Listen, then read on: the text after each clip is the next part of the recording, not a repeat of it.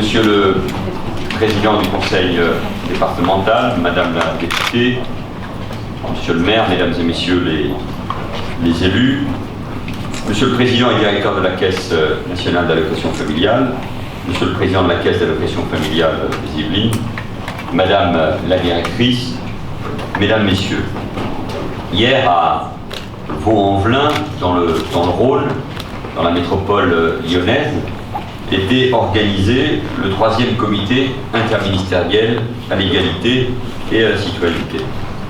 Et à cette occasion, nous avons dit à nouveau la nécessité de retisser des liens, de renforcer notre cohésion, d'accompagner et d'offrir les opportunités à chacun.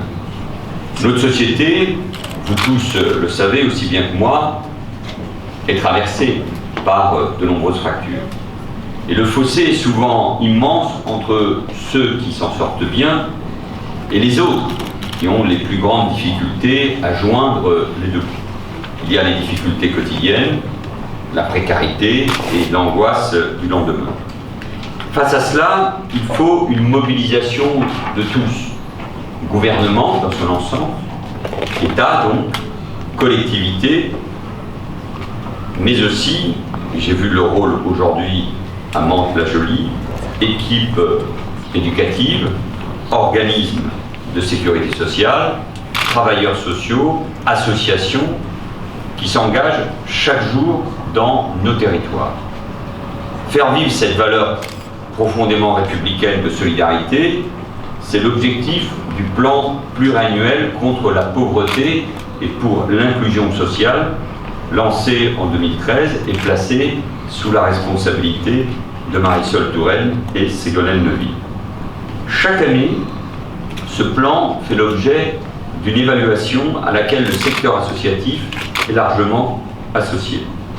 Le président du Conseil national des politiques de lutte contre la pauvreté et l'exclusion sociale, Étienne Pinte, qu'on connaît bien dans ce département des Yvelines, m'a ainsi remis la semaine dernière son bilan annuel.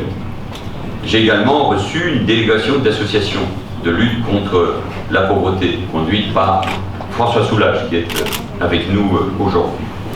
Tous font ce même constat. Depuis 3 ans, le plan pauvreté, ce sont des avancées concrètes sur le terrain.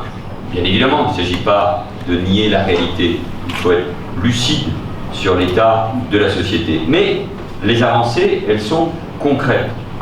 La scolarisation des enfants de moins de 3 ans progresse. Nous avons constaté ce matin dans une école de Mantes avec un formidable engagement de tous. Enseignants, équipes pédagogiques, parents, municipalités.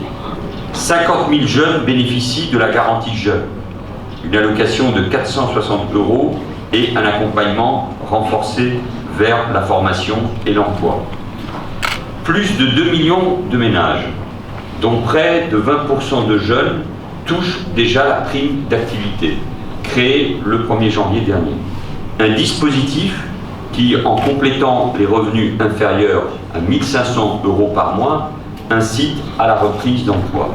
Le montant moyen de cette prime est de plus de 160 € par mois. Et pour que les choses soient précises, dans ce département des Yvelines, la directrice de la CAF, dont je salue son dynamisme, comme celui de tous les agents que nous avons rencontrés et qui travaillent, qui sont au service des familles. Pour ce qui concerne la prime d'activité, 23 000 dossiers enregistrés, 5 000 jeunes de moins de 25 ans concernés, 1 500 apprentis. La prime d'activité est une véritable révolution qui est en train de changer. Non seulement nous disions au fond le rapport au numérique, ce que François Soulage appelait ce mur de numérique, les allocataires s'approprient pleinement l'outil numérique, mais le terme même de prime d'activité a permis sans doute, et nous a permis, et vous a permis, de connaître de nouveaux dossiers, le nombre de nouveaux dossiers traités pour de nouvelles personnes qui, y compris, ignoraient leurs droits, n'avaient pas fait appellent à leurs droits, au RSA activité par exemple. Et c'est un élément très important de solidarité et pour sortir des difficultés, ce qu'on appelle parfois les travailleurs pauvres, en tout cas les salariés avec des revenus faibles. Et s'il y a un élément de solidarité qui concerne des millions de salariés, et notamment les jeunes, aujourd'hui la jeunesse exprime son angoisse par rapport à la précarité, il y a là un dispositif qui est profondément ancré dans les valeurs de la République et dans cette notion de solidarité. Mais je continue. 30 000 places d'hébergement d'urgence ont été créées depuis 2012 pour les sans-abri. 600 000 personnes supplémentaires parmi les plus modestes bénéficient enfin d'une couverture complémentaire santé. L'ensemble des mesures engagées donnent des premiers résultats tangibles. Depuis 2012, et j'ai compris que c'était dans l'actualité ce matin, le taux de pauvreté qui avait fortement augmenté entre 2008 et 2011, passant de 13 à 14,3%, s'est stabilisé autour de 14%. Personne ne va être satisfait de ces chiffres. Les chiffres qui étaient donnés ce matin sur les médias concernaient la période précédente. Aujourd'hui, les choses s'inversent. Et ce chiffre est très en dessous de celui d'autres grands pays européens comme l'Allemagne ou encore le Royaume-Uni. Pour ceux qui vont chercher souvent des références, il faut toujours être attentif à ce qui se passe à l'étranger. Il y a là, me semble-t-il, une comparaison qui mérite d'être faite.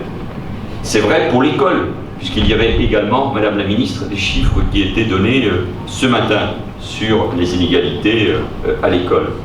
Et là, on peut regretter l'absence de rigueur d'un classement qui était évoqué ce matin et qui reposait sur les données PISA, vous savez, ce grand classement qui concerne les écoles du monde entier de 2012. En l'occurrence, ce sont des inégalités d'avant 2012 qui sont ici mesurées et qui légitiment et qui légitiment totalement notre mobilisation contre le déterminisme social. Nous en avons parlé il y a un instant. Bien sûr, tout cela ne doit pas masquer la réalité. Plus de 8 millions de personnes vivent encore en France dans la pauvreté. 8 millions. Le plan pauvreté doit donc continuer à monter en puissance, en prenant en compte tous les domaines de la vie quotidienne. Hier, nous avons marqué notre volonté, notre détermination absolue de lutter contre les discriminations qui touchent nos compatriotes, beaucoup de concitoyens dans notre pays, toutes les discriminations. Aujourd'hui, nous faisons la démonstration, là aussi, d'une très grande volonté à lutter contre la pauvreté et à mettre en place ces politiques publiques. Et d'abord, car il faut agir très tôt et très en amont, l'école. La pauvreté frappe de nombreux enfants. Et partout en France, nous venons de le voir, les équipes éducatives se mobilisent. L'exemple de l'école Claude Monet l'a illustré. Nous poursuivons nos efforts pour développer la scolarisation des 2 ans, notamment dans les territoires prioritaires, et pour lutter contre le décrochage scolaire. Notre action a déjà permis à 30 000 décrocheurs de reprendre le chemin de l'école ou de la formation, ou à travers, par exemple, les emplois d'avenir, qui sont ici et qui soutiennent ceux qui viennent demander de l'information, des renseignements, ouvrir leur dossier dans cette CAF des Yvelines. Et nous avons été, je crois, satisfaits de voir que pour ce qui concerne la scolarisation des 2 ans, il y avait, contrairement à ce qu'on dit parfois, une forte demande dans les quartiers populaires. Deuxième domaine d'action, l'emploi. Nous misons pour cela sur l'accompagnement aussi individualisé que possible et la formation. C'est un enjeu essentiel alors que 300 000 emplois disponibles restent non pourvus faute de candidats qualifiés. Nous avons ainsi lancé le programme 500 000 formations, débloqué des heures de formation supplémentaires pour les demandeurs d'emploi peu qualifiés grâce au compte personnel d'activité et généralisé la garantie jeune en 2017. Le troisième domaine d'action, c'est le logement.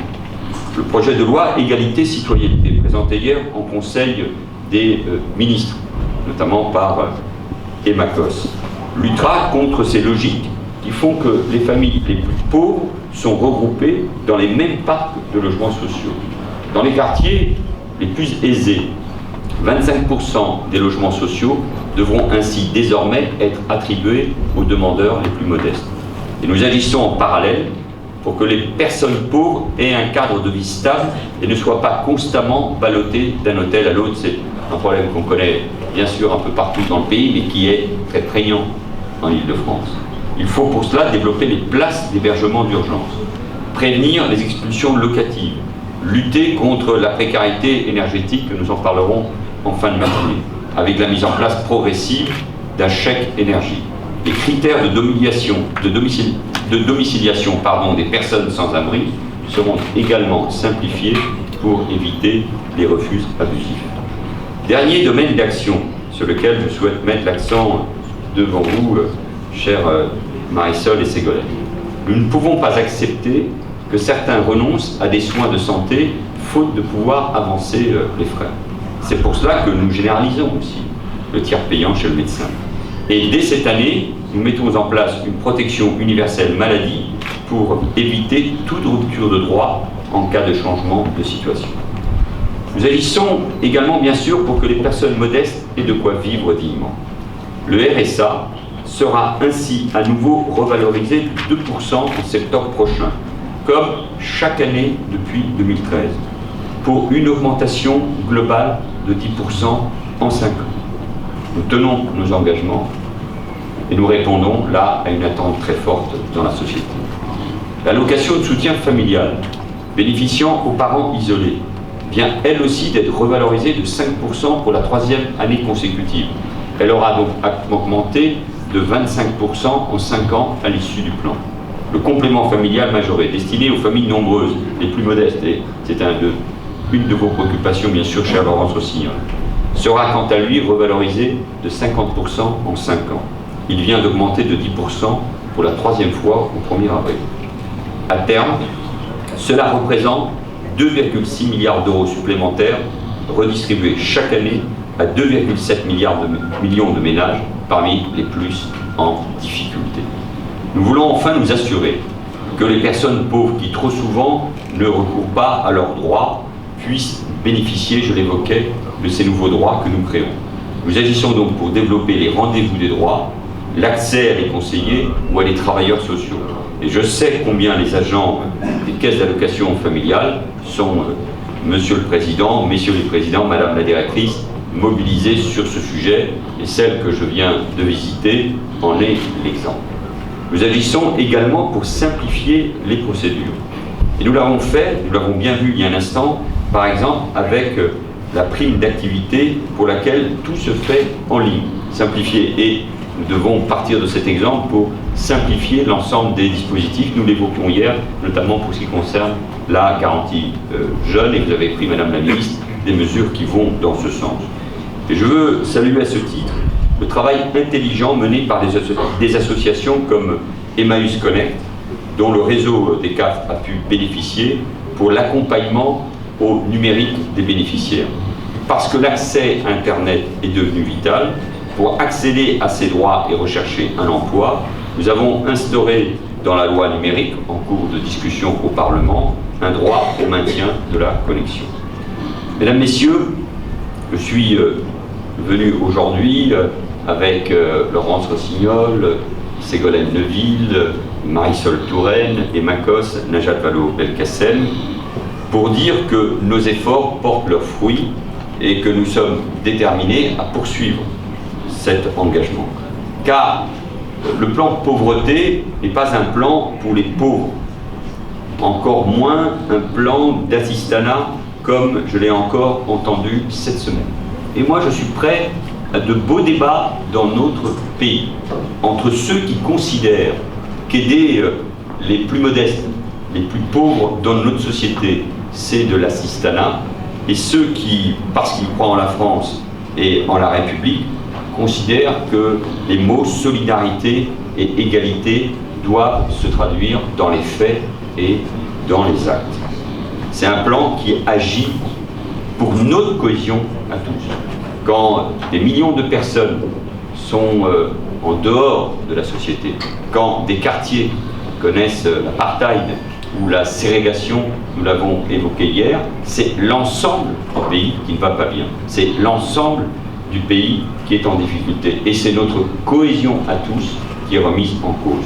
Donc ce plan que nous poursuivons, que nous approfondissons avec l'engagement exigeant et ô combien utile des associations, des grandes associations, de ceux qui sont sur le terrain et qui œuvrent bien sûr pour la solidarité tous les instants.